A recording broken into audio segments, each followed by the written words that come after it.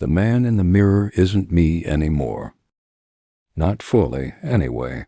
But last night pushed me over the edge, so I'm putting it here. For context, I live alone in a small, older house I inherited from my grandparents.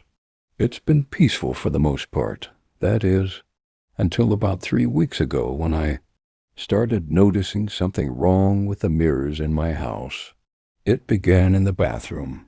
I was brushing my teeth one night when I caught something off.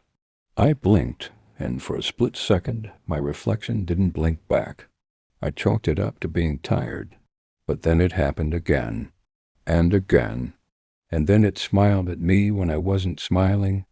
After that, I avoided looking directly into any mirror for more than a few seconds.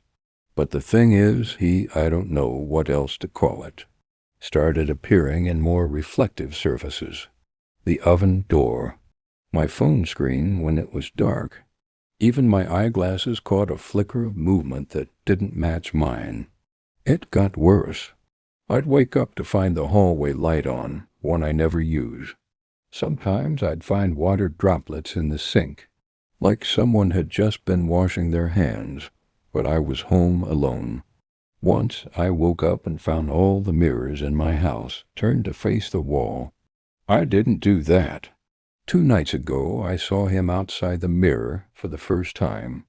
I was getting ready for bed and passed the hallway. There's a tall, antique mirror at the end, another thing I inherited. But this time, he wasn't inside it. He was standing in front of it, facing me.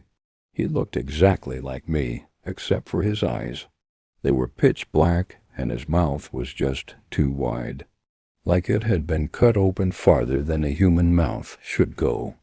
I screamed and ran into my room, slammed the door, and didn't sleep.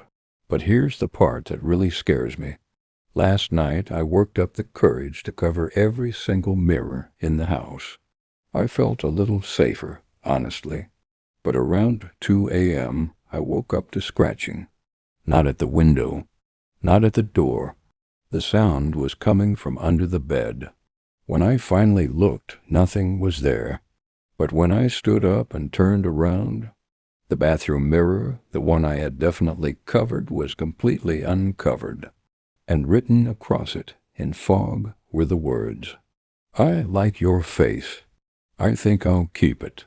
I'm staying at a friend's place now, but if you've experienced anything like this, please tell me I'm not alone."